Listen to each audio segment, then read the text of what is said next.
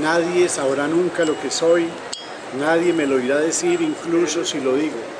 No lo diré, no podré, solo tengo el lenguaje de ellos para mí mismo, para no haber vivido en vano y además para poder callarme, si eso es lo que da derecho al silencio.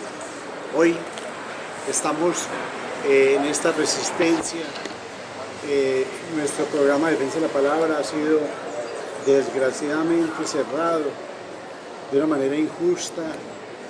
Es un hecho sin precedentes. Este programa tenía 20 años, estamos celebrando 20 años cuando nos cogió la noticia de que lo habían cerrado. Estuvimos en un programa de radio muy hermoso en internet que se llama Resistencia. Invitamos a todos los oyentes a que participen para que vean todas nuestras denuncias en ese programa. Entonces pedimos el favor a los oyentes de que lean, se metan a Resistencia, un programa de 1 hora donde mostramos toda nuestra posición, nuestra lucha en torno a la continuación del programa, que la universidad no atente contra la libertad de expresión.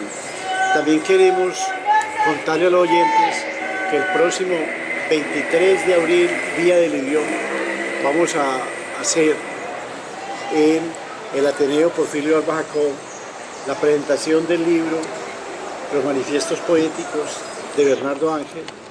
Lo vamos a presentar de una manera masiva y vamos a ir con una flor en la mano como protesta por esa decisión tan altanera de la universidad de vulnerar nuestros derechos.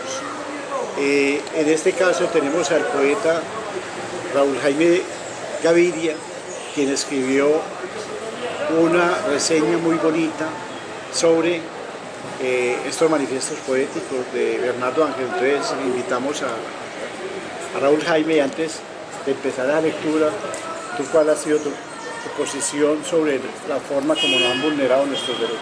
Pues sí, Gustavo, no, a mí me parece que realmente en un país supuestamente que se dice democrático es imposible pues que se den este tipo de cosas. Hablando con Víctor le comentaba, yo mismo lo escribí, que es tal vez la primera vez en Colombia que pasa un suceso de estos, que un programa cultural es cerrado. Se han cerrado periódicos, se han cerrado emisoras de radio ya completas, pero cuando es una cuestión política, pero cuando es una cuestión cultural, que realmente lo que pretende es hacer cultura y es llevar esas voces un poco marginadas, un poco que no están en el mainstream, como diríamos, como que no están en esa élite de la cultura colombiana, llevarlas a darse a conocer y a expresar ese grito, a expresar esa voz. Esas voces son importantes porque si esas voces no son realmente valoradas en un país, pues lo que se crea es realmente una desazón cultural. Entonces realmente todos estamos muy confiados de que el programa va a volver y de que vamos a tener esa expresión siempre en defensa de la palabra. A continuación les voy a leer entonces una pequeña reseña que hice sobre el libro Transfiguraciones de Bernardo Ángel. Cruzando el Aqueronte en la barca de los locos. Es en los peores momentos de fractura social, de crisis humana, en los que la poesía ha de mostrarse en todo su descarnamiento, en toda su capacidad de oposición a lo que sea que busque constreñir la libertad del hombre. Es esta una de las misiones fundamentales del poeta, la de recordar, por medio de su palabra, que el ser humano es tanto más valioso en tanto se asuma en su desnudez más radical, entendido como ser autónomo en el mundo y no como pieza de canje de maquiavélicos juegos de poder. Siempre constituirá una gran pérdida para la humanidad el que el poeta se olvide de su misión primigenia y, sintiéndose héroe, se aleje de el otro, que es también una parte de sí mismo, por ir en pos de épicos paraísos ideológicos, abstractos sueños de un mundo perfecto. En su novela La vida está en otra parte, Milán Kundera nos ilumina con respecto a esto en el personaje del poeta lírico Jaromil, que lo sacrifica todo en el altar de la revolución. Para él la palabra ha perdido su carácter sagrado y atemporal, pasando a convertirse en mero instrumento para el logro de un objetivo político al que le otorga un mayor valor que a la poesía. Se trata de la cosificación del espíritu, la subjetivación de la verdad. Es el momento en el que poesía y política, palabra y praxis poeta y verdugo, siendo opuestos por naturaleza, protocolizan su macabra alianza, arrasando en su delirio con todo aquello que pudiera obstaculizar el advenimiento de la nueva civilización que pretende dejar atrás al caduco individuo y poner en su lugar a ese suprahombre, que ya no es un ente individual libre, sino una sumatoria de las supuestamente mejores y mayores virtudes del imaginario colectivo revolucionario. Afortunadamente no todos los poetas se dejan seducir por estos cantos de sirena. Hay todavía algunos que resisten desde el gesto vital del lenguaje y aún creen en el vigor ritual y espiritual que la poesía posee por sí misma y que, como los antiguos patriarcas de la antigüedad, aligera sus pasos con el bordón de la palabra. Este es el caso del poeta y hombre de teatro antioqueño, Bernardo Ángel Saldarriaga, quien lleva a cuestas varias décadas de ejercicio artístico, siempre desde la margen, y que nos ha demostrado que aún es posible ejercer el arte desde la plena libertad. El grupo de teatro dirigido por Bernardo, La Barca de los Locos, lleva muchos años representando sus obras en el emblemático Parque de Bolívar de Medellín. Y aunque Bernardo es un actor de escuela, trabajó en el TPB al final de los 70, decidió batirse en el escenario natural de las calles y confrontarse directamente con el público, a la intemperie, sin ningún muro protector, sin ninguna limitación. Se trata de la palabra despojada de todo barniz retórico que interpela de manera crítica a la conciencia humana y que añora un despertar. La palabra que, desligada del sentido discursivo, se hace cuerpo que sufre, que grita, que se interroga. Recientemente Bernardo Ángel publicó un libro al que tituló Transfiguraciones, en el que presenta algunos de sus manifiestos poéticos, de los muchos que ha escrito durante los últimos 35 años. En este libro se condensa de alguna manera su cosmogonía poética. Cito acá a Bernardo: un arte que no tiene resonancia en el cuerpo no implica al hombre en el tiempo. Un arte que no está mordido por la muerte y el dolor, por la necesidad, por la precariedad, es trivial y amorfo. En Transfiguraciones surge la pregunta por el hombre y el arte, por la actitud que debe asumir el artista frente a un mundo que se ha convertido en el primer auspiciador de lo maquinal y de lo productivo en contra del libre florecimiento del alma humana. En su poesía, Bernardo Ángel denuncia lo académico, lo religioso, lo institucionalizado, en la medida en que, paradójicamente, se convierten en agentes castrantes de aquellos valores que sus propios discursos pretenden promulgar. Es una poesía que nos invita al cese de la danza enmascarada, a que comencemos a relacionarnos desde la cicatriz que referencia la herida que somos, a que nos comprendamos a nosotros mismos y al otro, ya no a partir de la apariencia cosificada, sino a partir del ser en movimiento. Cito de nuevo a Bernardo: un poeta es alguien que se dice cosas para adentro y un día le estallan los silencios. Se le viene encima la conciencia y queda de cemento. Un poema es un deseo que no se culmina con la vida ni se entiende con la muerte. Colombia urge de una nueva poética que se deslinde de una vez y por todas del ámbito meramente literario. Los poetas en este país, asolado por la violencia, la corrupción institucional y la miseria humana, no pueden seguir siendo, como hasta hoy, los versificadores académicos criados en las facultades de literatura y de filología. El poeta de hoy no puede seguir rindiéndole culto a reales academias, mientras por la puerta de su casa se empieza a colar la sangre. Mientras en el alma humana siga latiendo con furor la pregunta incontestada por el hombre. Es evidente que la literatura no podrá redimirnos, y aunque quizás tampoco pueda lograrlo la poesía, en tanto deslindada esta de la literatura, al menos y de una manera mucho más certera, la poesía sí podrá mostrarnos atisbos ciertos de nuestra propia humanidad, y aquella llaga que grabada en nuestra piel solo deja de supurar mediante el bálsamo litúrgico de la palabra. Muchas gracias. Bueno, ahora parece que ha llegado un personaje que dice que creció oyendo defensa de la palabra desde aquel pueblo lejano que se llama Caucasia, Antioquia. Entonces queremos que él nos diga unas palabras y nos cuente pues cuál ha sido su experiencia en el programa. Bienvenido a Defensa de la Palabra. Buenos días, gracias por la invitación. Bueno, yo no soy de Caucasia exactamente. Mi nombre es Johnny Albino Arenas. Soy de Nechí, a 10 horas de aquí de Medellín. Es donde termina el río Nechí y le entrega sus aguas al Cauca. En ese punto preciso se encuentra mi corregimiento, Las Flores. Escucho programas desde el 2007, 2008. En ese periodo, cuando yo tenía apenas 15 años, comencé a escucharlo y me pareció importantísimo porque es un programa contestatario que va con el espíritu muy de la universidad. Pues ahorita me comentaban que lo habían cerrado o lo habían censurado. Me parecía pues gravísimo, por decirlo menos.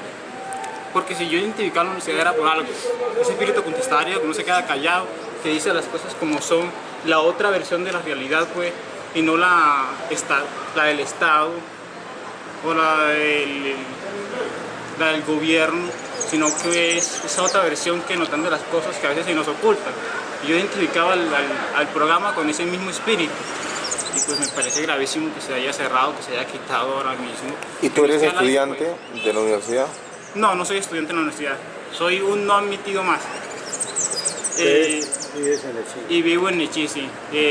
Crecí, de hecho, con el programa y pues las primeras cositas que comencé a escribir fue gracias al programa y uno que emiten a las 10 de la noche los jueves, que se llama Poesía Universal.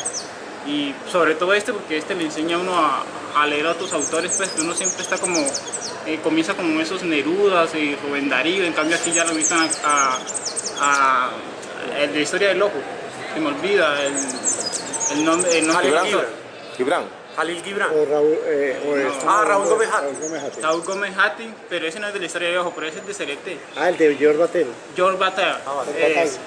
Ese son escritores que uno tiene quizás la oportunidad de conocer, sino a través de estos programas. E incluso artistas, poetas como Raúl Gómez Hattí, que es de ahí cerquitica donde yo estoy, y uno no tiene oportunidad de conocer porque no se lo muestran en el colegio, por ejemplo. Pero programas como estos lo ayudan a uno a crecer, a saber cómo se maneja esto de la cultura, pues, y tantos enredos que hay, y que realmente la poquita impresión que se le hace a la cultura no llega. Y la que llega se invierte en cosas que no tienen mayor trascendencia y que acumulan público, como el Festival de Poesía de Medellín, que acumulan público, pero ese público no se va con nada. Y queda solo por la foto de Facebook. El festival oficial. Porque para nosotros son definitivos. Todo lo que no se hace, todo lo que se guarda para el tiempo pasado, nos toma cuentas. Y en este caso debemos ser ágiles y prontos. Y digo yo, el artista verdadero no está con el poder. El artista no está con el poder. Una nueva cultura es no tener aposentos en nada, desvirtuar lo real, acometer lo imposible. Desde ese sueño me relaciono contigo. Los jinetes cabalgan sobre espaldas llagadas, latigan, manejan y nosotros estúpidos los llamamos mi jefe. ¿Qué pasa? Veo el sistema acomodándose en tu cuerpo, tomando tu alma, distrayéndote de tu estado consciente. Y esto muy en concreto por el pasaje, por la mordiente de defensa de la palabra. Las plagas del poder están entre nosotros y tienen nombre de artistas, de guerreros sagrados, de sacerdotes virtuales. Míralos de frente y sin miedo, son falsos y huecos, esconden su odio tras palabras y signos, arrastran la vida, se hartan de ella y nos dan el sobrado. Ese nudo en todas las cosas, ese peltre por el que no anda la sangre, por el que no entra ni el viento, sangra alguna vez en tu vida, grita con toda tu alma, fantasea con todo tu cuerpo, la historia vieja reproducida aquí. Fatigados por mentiras aladas, hundidos por deseos contráctiles, por roedores de versos, por artistas fundidos, por viejas coladas, por santos chiviados, por la furia de un continente que no es ni la sombra, por ser tan carajos, por estar ya mamados de cerrar y cerrar, de cierres y cierres, cuando la única libertad es posible desde la carne, desde el viento, desde lo irresoluto. No más puertas cerradas, no más bloqueos al alma. La incursión es de adentro, o nos tomamos a nosotros mismos o los impostores nos caen como cemento, hijueputa. Me está contando que está en un encuentro de líderes comunitarios, porque él es líder juvenil en su pueblo, Nechí, y él dice que él creció oyendo defensa de la palabra, las contradicciones, las peleas entre Víctor, el amachero, entre las personas que iban. Entonces, danos otras palabras antes de leer tus poemas. Bueno, me parecía interesante, desde el principio me parecía interesante esa dualidad de estos dos personajes, de Víctor y Gramaquero, que a veces no estaban o casi nunca estaban de acuerdo en los temas, y era muy bueno porque le daban las dos versiones a uno enseguida, y no como muchos programas donde todo el mundo está de acuerdo con lo que dice el otro y no, pues no hay una discusión argumentada que se pueda decir, donde uno pueda escuchar las razones de todos y ponerse y aceptar una u otra. Sí, ¿y te gustó la posición de Leoncio, el loco místico que nos hablaba? No, pues es que es uno de los locos que no puede faltar en el programa, es un símbolo casi del mismo programa. Bueno, entonces ahora nos vas a leer algunos de tus escritos. Voy a leer uno que se llama Salvar la poesía. Salvar la poesía, dice un amigo. Salvar la poesía, me interrogo. Más adelante agrega, un día los poetas se habrán extinguido, serán cuestión de mitos, historias que se contarán como reflejos de un mundo olvidado o irreal. Ah, hermano, lo que quieres es salvar a los poetas. En vano te afanas, nadie puede salvar a un poeta no quiere ser salvado, un poeta no debe ser salvado, un poeta se hunde con su barco, un poeta es una rata extraña, es una que se queda. Aunque el barco nunca se hunda con el poeta siempre se hunde con su barco, firmes y dignos. En la oscura mar hacia la inmensidad inagotable, con una sonrisa en el rostro, se hunden los poetas. A todos les parece un barco distinto, pero es el mismo barco para todos. No hay puerto para este barco, la mar es el puerto. Los hombres pasan por este barco, algunos suben en él, pasajeros ocasionales. Ellos, los hombres, contarán un día que vieron a los poetas elevar cometas bajo la tempestad. Dirán, ah sí, los poetas, los que pescaban delfines con agujas y asaban su carne bajo el sol de los océanos árticos. El barco es eterno, los poetas son fugaces, efímeros como un suspiro, fugaces como un pedo. Un hombre sube al barco, va hasta un rincón, nota un hedor extraño y dice, aquí estuvo un poeta. Entonces recuerden que los poetas defecaban desde proa hasta popa, ya que el hombre en aquel rincón del barco, que nota el hedor extraño de un poeta, hace que el fantasma de ese poeta vuelva al barco, mas el poeta sigue siendo fugaz. El fantasma llega un segundo y se va. Ah, hermano, salvar a los poetas no hay como ser la rata que se queda. Muchas gracias.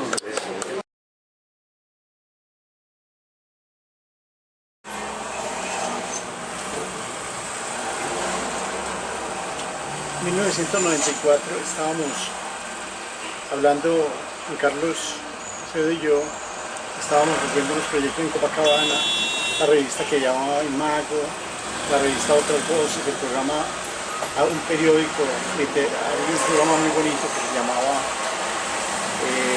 Media Humanidad. Ya empezamos a votarnos con este formato de Sol Nocturno, que estaba cumpliendo más de como 20 años, estamos ya un poco agotados y se nos ocurrió, estamos trabajando en Copacabana en una revista, en un programa de radio que llamaba Revista Cultural con los jóvenes de Copacabana, que fue una experiencia muy hermosa. Y a Juan Carlos le picó la idea, después de haber hecho radio comunitaria con los jóvenes de Copacabana, y me dijo, voy a hacer una propuesta a la emisora cultural de un programa que sea un programa sobre escritores antioqueños, de controversia, para estar invitando un autor, otro personaje de la ciudad. Un programa vivo, directo, fuerte, controversial. Entonces yo le dije a Acevedo, hacemos eso, pero yo no me meto en ese cuento. Manéjalo vos, hace eso, pero yo no me meto, que sea tu proyecto. Entonces él fue a la emisora, mandó su proyecto para ese tipo de programa y se lo aprobaron. Y luego me dijo a mí, bueno Gustavo, ya aprobaron el programa, y este programa tengo ganas de ponerle un nombre que me gusta mucho, que se llama Defensa de la Palabra. Entonces yo le digo, bueno, ya te metiste en eso, yo te colaboro pues un poquito. Y lo malo fue que te puse como director. Yo dije, no, pero ¿cómo vas a hacer eso? No. me ocurre a mí, yo no soy capaz de asumir eso, yo estoy agotado.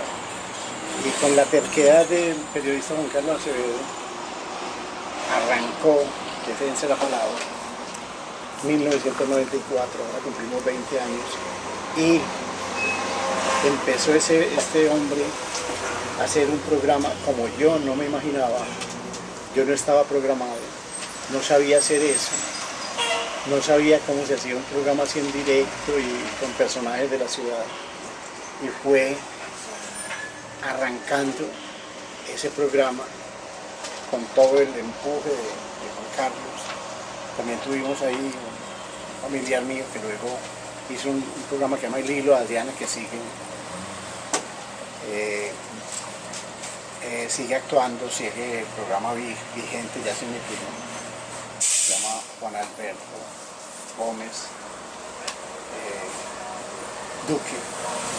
Luego estuvimos haciendo esto y con una amiga que se llama Claudia, que hacía la presentación con Juan Carlos del programa, y fue arrancando el programa durante 3 meses, y a los 3 meses nos dejó botados Juan Carlos. Yo quisiera preguntarle, ya que Juan Carlos está ahora en un cargo directivo como periodista en Neiva, la Universidad Sur Colombiana, y lo que no le pasa con Medellín, que nos cuente cómo fue ese proyecto de iniciar Defensa de la Palabra. Tú fuiste su fundador. Buenos días. Buenos días, Gustavo y amigos de este equipo. Bueno, ya has contado, digamos, la parte esencial. Realmente, digamos que el programa Defensa de la Palabra es reconocido hoy como digamos, expresión en la radio de la personalidad y del proyecto cultural de Gustavo Zuluaga, nuestro amigo. Y así ha sido desde el comienzo. Realmente mi papel en los orígenes del programa fue simplemente como, digamos, aprovechar una coyuntura que se presentó, que la emisora cultural de la universidad abrió una convocatoria abierta a presentar proyectos de programas. Y yo estaba finalizando mi carrera de comunicación social en la universidad, estaba buscando opciones, digamos, de ejercer mi profesión de alguna manera y ir como haciendo una pequeña hoja de vida para poder luego vivir del periodismo. Entonces, claro, era una oportunidad de poder tener allí un espacio de expresión y entonces pues, la tarea mía fue realmente elaborar el proyecto, presentarlo a la universidad y afortunadamente en ese momento contamos con el respaldo de la universidad. Digo yo que no se podría entender la Fundación de Defensa de la Palabra sin los antecedentes que cuenta Gustavo. Y esos antecedentes tienen que ver con una serie de iniciativas y de proyectos en que trabajamos juntos, los proyectos en Copacabana, pero también ahora que estamos aquí con Víctor Bustamante, yo quiero recordar la presentación del libro sobre Luis Tejada que hizo Víctor, Crónica de un cronista, que Gustavo fue su editor, y que recién llegado yo a la universidad, digamos, Gustavo me propuso, ¿por qué no nos colaboras, ya que a vos te gusta Luis Tejada, a organizar el acto de presentación de este libro, que efectivamente se hizo en la universidad? Desde ese momento, lo que siguió fue una serie de iniciativas culturales que todos conocemos, que son las que ha liderado Gustavo en la ciudad, muy diversas. Y yo lo que hice fue aprovechar esa potencia, esa energía, esa capacidad de convocatoria de Gustavo, esa capacidad de seducción para convocar a las personas al trabajo cultural y comprometerme con una serie de proyectos. Yo tenía tiempo de sobra porque estaba estudiando, no tenía empleo, tenía muchas ganas de hacer actividad y qué mejor que hacerla al lado de este hombre que tenía detrás de sí semejante recorrido y ese tipo de iniciativa. Entonces lo acompañé en la presentación de ese libro y luego en los proyectos de Copacabana que ya acaba de mencionar Gustavo, que fueron experiencias muy bellas porque fueron experiencias de trabajo con jóvenes, haciendo radio, haciendo un periódico, La revista Imago, haciendo la revista Imago, la revista Otras Voces. Entonces, es decir, un conjunto de iniciativas, todas ellas, digamos, de la iniciativa y de la labor de Gustavo, a las que yo me vinculé a aprender realmente.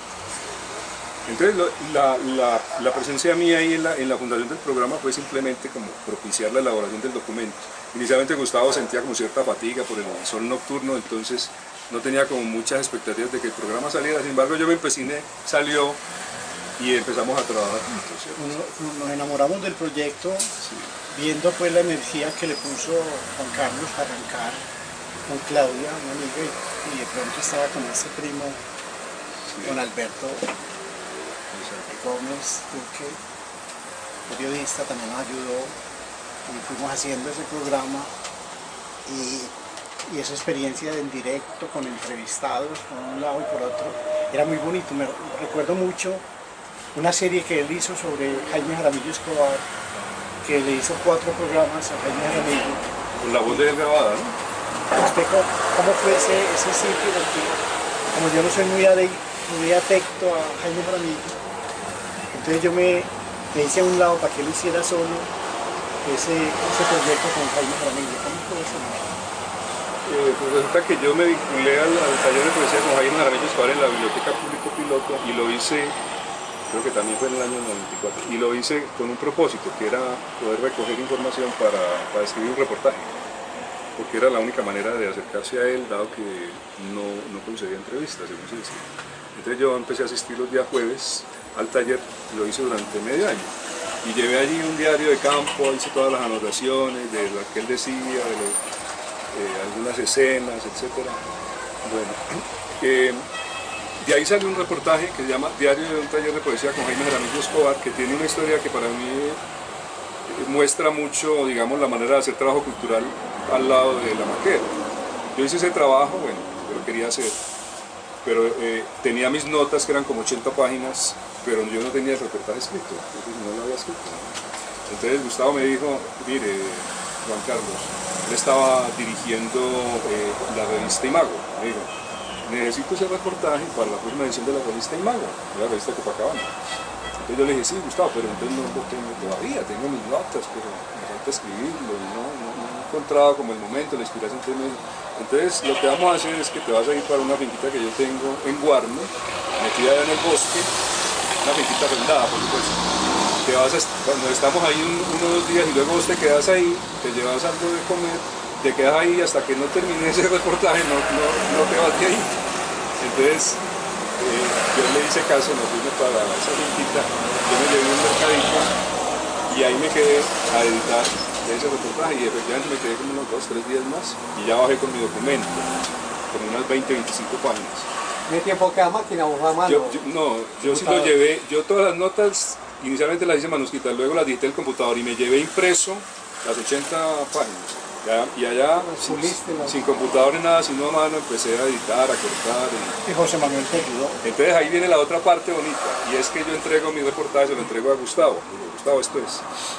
A los 8 días más o menos, muy pronto, él me dice, mira Juan Carlos, se lo pasé a José Manuel Arango. Yo en ese momento yo no tenía mayor relación con José Manuel, no lo conocía. Gustavo era tu amigo. Él lo leyó, le gustó y te manda estas observaciones. Él te propone que sobre todo eran como una supresión, ¿no? Que le suprimas unas partes que son innecesarias. Entonces aquí te lo entrego para que vos consideres. Yo me sentí muy orgulloso de que José Manuel hubiera mirado el texto y que le hubiera gustado, y obviamente acogí todas las observaciones de José Manuel, de manera que con la edición de José Manuel salió publicado ese reportaje en la revista Imago. Entonces, ¿qué quiero mostrar con esto? Es como una cosa que digo en la carta esta abierta a la Maquero, y es que el papel de la Maquero en gran medida en estos años ha sido mediador cultural.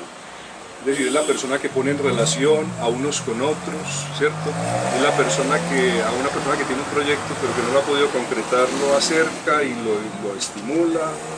Es el que dice, tú tienes que hablar con fulano, tú tienes que hablar con sultano, que teje esas relaciones esos intercambios entre personas que tienen que decirse entre sí, y de ahí van saliendo productos culturales que son importantes para todos, ¿cierto? Fue muy bonito que esa revista la lanzamos en la Casa de Poesía Silva. La lanzamos en la Casa de Poesía Silva luego, porque María Mercedes nos invitó y fuimos con Pedro Arturo Estrada. Entonces, Con León Gil, con William Emerson. y esa vuelta por esto, porque es que me iba perdiendo en esa vuelta. Porque así surgió ese reportaje con Jaime Jaramillo. Luego Jaime Jaramillo, a él no le gustó para nada el reportaje. Yo se lo di a conocer, pues no me dijo, no le gustó. Pero no dijo nada, pero no dijo nada. Dijo como que me hizo mala cara y luego un amigo me dijo que no le había gustado. Pero entonces él sí me dijo, yo le dije, yo trabajo en la Universidad de Antioquia y hago un programa, y entonces él se interesó y dijo, yo quisiera grabar mis poemas en una emisora bien grabados, profesionales, porque quisiera tener un CD con eso. Entonces hicimos el cuadre con la emisora y lo llevamos allá, y durante unas 2 horas más o menos él se leyó allá sus poemas, se grabaron profesionalmente, o sea que eso debe estar en el archivo de la emisora. Y entonces ya teníamos ahí un material en la voz de él. No trajo en un rollito largo. No nos trajo en un rollo largo. Mira, otra cosa bonita. Entonces con base en ese material ya pudimos hacer una serie con Jaime Jaramillo en su propia voz y hacer un material. Bueno, que también es muy bonito el caso de José Manuel Arango, que fue mediante defensa de la palabra como él accedió a leer todos sus poemas, que son los poemas que en este momento Se han grabado. Los grabó se también. rueda por todo el país. Poemas de José Manuel, si no es por esa resistencia, defensa de la palabra, se hubiera perdido esos programas se hubieran perdido, porque lo convencimos de que fuera a leer sus poemas. Y ahora que en esta carta de estos funcionarios de la emisora, en que como uno de sus argumentos hablan de que es que el programa no está a la altura de la universidad, que tiene una cierta respetabilidad y una altura, ese es un término que uso.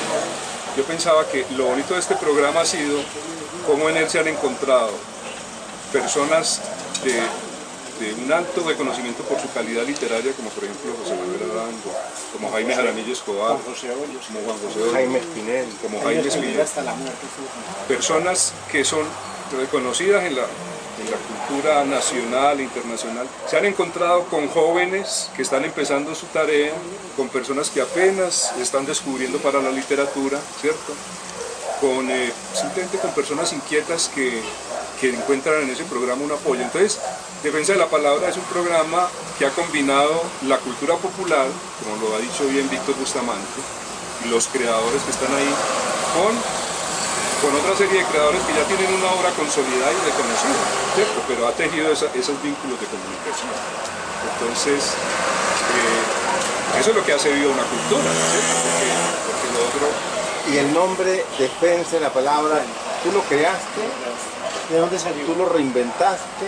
¿De dónde salió Defensa de la Palabra? Defensa de la Palabra lo tomé del título de un libro que se llama El Defensor, tiene la palabra. El libro se llama El Defensor. Tiene la palabra. No, El Defensor. Y es de un ensayista español, y en este momento se me va a escapar el nombre. No es Yo conozco un libro que se llama El Defensor, tiene la palabra. Es un ensayista español muy bueno, y creo que el libro se llama El Defensor, un libro editado por Norma, y uno de sus ensayos se llama Defensa de la Palabra. En este momento se me va a escapar el nombre. Yo lo tenía y me llamó la atención el título. Juan Carlos, viendo a la actualidad, ¿qué piensas de que una universidad tan respetable como la de Antioquia cierre los espacios críticos porque no es tanto lo popular, como decimos nosotros, que es lo importante del programa, sino un espacio crítico donde la universidad debe enseñar a pensar y a ser tolerante en ese sentido? Sí, yo creo que se empobrece por una parte la cultura de Medellín, porque pierde un espacio para, como dice Víctor, para la crítica cultural, por una parte, y para poder escuchar voces que no circulan por los circuitos oficiales de la cultura, ¿cierto? Voces no reconocidas o voces nuevas, pero que tienen algo que decir. Entonces la cultura de la ciudad se empobrece porque se va volviendo una cosa monótona, homogénea, de unas solas personas que hablan sin nadie más que tenga derecho a intervenir. Y para la universidad es una contradicción, como ya lo dijo bien la poeta Elena, es una contradicción con el principio de la universalidad, porque se supone que la universidad se basa en el reconocimiento de la diferencia, se basa también en el sentido de la crítica, ¿cierto? Y digamos, justamente esos son los valores que ha encarnado el programa, defensa de la palabra. Entonces, que bajo argumentos de supuesto rigor académico que se pueden aplicar a una publicación especializada de carácter científico, se pretende avalar un programa que es periodístico, que lo que busca es un espacio de diálogo y de encuentro cultural. Pues, primero, eso es una tontería, no se le pueden aplicar a programas culturales, ¿cierto?, donde lo que está en juego es la creatividad, donde lo que se pone en juego es el periodismo cultural, criterios de evaluación como si fuera un libro de texto, un libro científico o una revista especializada, ¿cierto?, porque son cosas completamente distintas. Entonces la universidad con esta decisión lo que hace es retroceder, ¿cierto?, hacia una postura, digámoslo, cerrada, quién sabe con qué, quién sabe obedeciendo a qué tipo de personas o de intereses que están detrás de una decisión con la que pierde la universidad y pierde la ciudad, ¿cierto? Que allá hemos lanzado revistas como Desobran, la revista Babel, la revista Puesto de Combate de Bogotá, cada que viene su ejecutor. La Universidad de Arevalo siempre lo llevamos al programa a mostrarlo. Recuerdo que en 1994 trajimos a William Ospina, le pagamos pues para lanzar un proyecto que se llamó Los Poemas de Emily Dickinson, y lo traíamos en Flota Magdalena hasta la terminal de transporte. Nadie conocía a William Ospina, y luego le conseguimos alojamiento en la casa de Guillermo Baena. Nadie conocía a William Ospina, me acompañaba en el programa, estaba con nosotros. Pues ya se ha vuelto un poquito mejor para él, pues, una vaca sagrada ya de la cultura oficial. Pero cuando estaba en sus inicios del programa, él estaba con nosotros también. Entonces, ha llegado toda la ciudad literaria. Cuando llegaban a Medellín poetas nacionales, Rogelio Echavarría, Giovanni Queser. No, pero por Rogelio no lo van a cerrar, porque Rogelio es muy aburrido. No te gusta. Lo que no le gusta a Víctor no le gustaría a nadie. Pero a nosotros, a Carlos José y a mí, ¿Cuál ha sido el invitado? ciertos poemas. De todos los que han pasado por el programa, ¿cuál ha sido el invitado más polémico? Hombre, pues yo pienso que el invitado polémico por excelencia es Harold Alvarado Tenorio, que estuvo con nosotros. Ahí en internet se ve una larga hora hablando de todo, hablando contra todos, hablando contra William Ospina, contra Diarre, contra Roca, contra Faciolince, contra todo el mundo. Yo creo que es el más polémico de todos los que Esa pregunta, Gustavo, de los que nunca han ido, quisieras que alguna vez pasaran por el programa, ¿cuál poeta antioqueño quisieras que fuera por allá? No sé por qué tengo últimamente nostalgia otra vez, ahora que lo repite, de X504. Yo por ejemplo, que regresara. A mí no me tocó ese momento, yo no sé por qué me le escondía a Juan Carlos, porque tenía como una pelea interior con X504 y no estuve en esos programas. Me gustaría. También me gustó. Pero para cantarle, para hacerle las preguntas. También capciosas. Que sueles hacer capciosas tuyas. Sí, hablar mal del Naim, hablar mal de esa poesía humorista. Otro programa que me gustó, que yo estuve enfermo y que hicieron Víctor y Carlos Alfonso Rodríguez, nuestro poeta peruano y periodista, fue una entrevista con poesía a Óscar Hernández. Me pareció también muy bonita. Y la famosísima entrevista a Villafuente. Julio César Villafuerte. Julio César Villafuente, que es además un músico, el compositor, guitarrista, compañero de Julio Jaramillo. Amigo generacional de Julio Jaramillo, Limpo Cárdenas, Lucho Bowen, hace un año. el autor de Su duda y la mía. Autor de Su duda y la mía. Pasillo memorable. Y El corazón prisionero también hace parte de esa canción. Bueno, y otra entrevista que fue muy hermosa al compositor antioqueño Leonel Ospina. ¿Quién? Que fue Leonel Ospina, el jardinero, y María Teresa.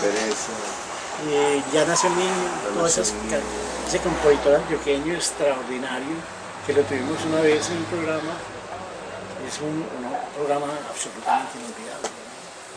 ¿Tú de qué más te acuerdas, Juan Carlos? Bueno, también te acordás de Ángela, obviamente tu gran amiga, la que quiero mucho, Ángela Renaud, que nos colaboró mucho en todo ese periodo inicial. Ella también organizó una serie sobre, por ejemplo... Sobre Alessandro Pizarnik. Sobre Miguel Hernández. Sobre Miguel Hernández. Muy hermosa. Una serie muy bella. Ella organizó varias series, era un programa musicales.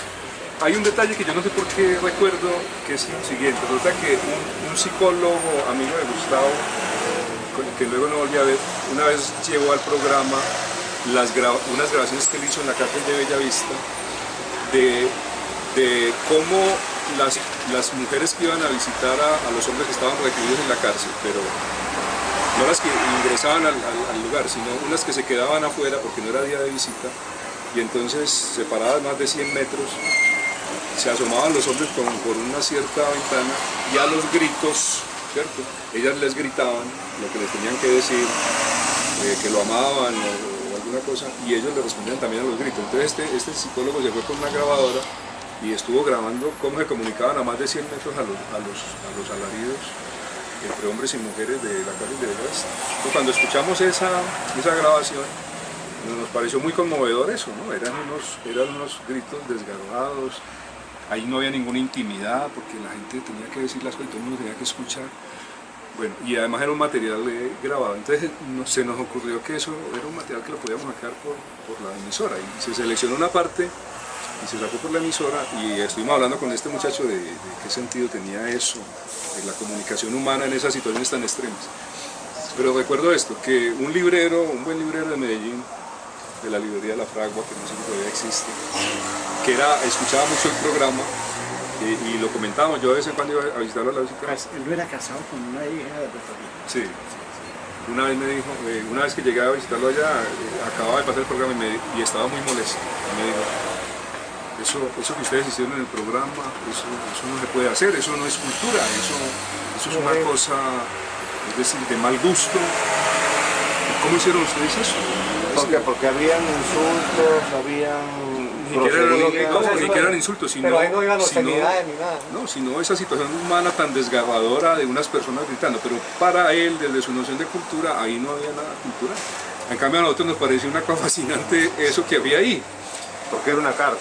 Entonces, con esto qué quiero decir? Que ciertas personas tienen una noción de cultura como demasiado encorsetada, ¿cierto? Y para ellos la cultura pues es lo que conocemos como la alta cultura, pero no tienen como la sensibilidad de apreciar otros espacios en que la cultura se da como parte de la vida de los seres humanos, de la cotidianidad.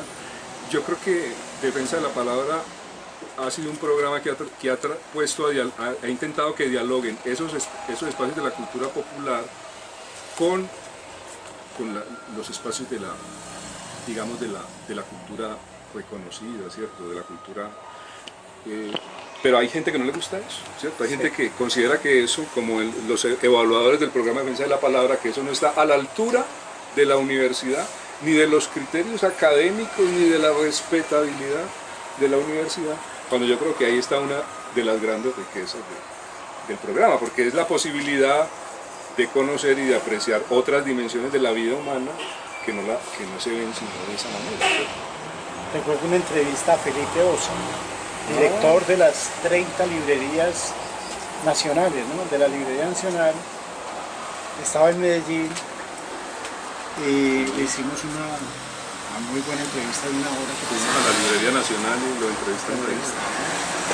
o sea que han pasado momentos muy gratos, muy grandes, muy exaltantes, cuando uno llevaba a José Manuel allá un poquito contra la voluntad y con ese silencio hermético que él tenía y lo ponía a uno a hablar allá. El otro programa, que yo no sé si a Juan Carlos... Pero José Manuel fue pocas veces, ¿cierto? Él no él gustaba tiraba mucho de eso, que no, pero por ejemplo, recuerdo mucho un programa que llevé al programa al director del budismo zen, que era Juan Felipe Jaramillo, y al otro lado estaba el director del budismo tibetano, que era un italiano, que se me va un poquito el nombre en este momento, Ivano Levi, un italiano, y en la mitad José Manuel, el uno defendiendo el budismo zen, el otro defendiendo el budismo tibetano, y en la mitad José Manuel gritándole a todos, pero seguimos siendo cristianos. Cada que ellos, el uno arrancaba con su defensa del budismo zen y el otro el budismo tibetano enfrentados, él en la mitad diciendo, pero seguimos siendo cristianos. que esos dos budismos eran ridículos. Que el cristianismo erguía ahí en las raíces del mundo. Oye Gustavo, hay algo que quiero decir, o sea, un programa como Defensa de la Palabra solamente puede ocurrir en Medellín, o sea, no puede ocurrir, por ejemplo, en Neiva, en Ipiales, porque son pequeñas ciudades, ¿no? El caso de Medellín es que es una ciudad que tiene cultura, tiene una tradición, tiene unos valores históricos, tiene una generación de escritores vivos, entonces se crea un programa polémico y ese programa polémico es el que ha generado pues incomodidad en la academia, en una directora que tuvo un criterio arbitrario de cerrar este programa, por lo menos hasta ahora, definitivamente. Sí, no tiene como sentido que uno de pronto, en medio de una polémica, de pronto suelta palabras soeces, se sulfura, se vuelve irrespetuoso cuando lo irrespetan a uno, cuando lo hieren, le hieren susceptibilidades, pues se utilizan ciertos vocablos que a veces una emisora cultural no entiende, pero porque no entienden que un programa de opinión es un programa caliente, pues, caliente.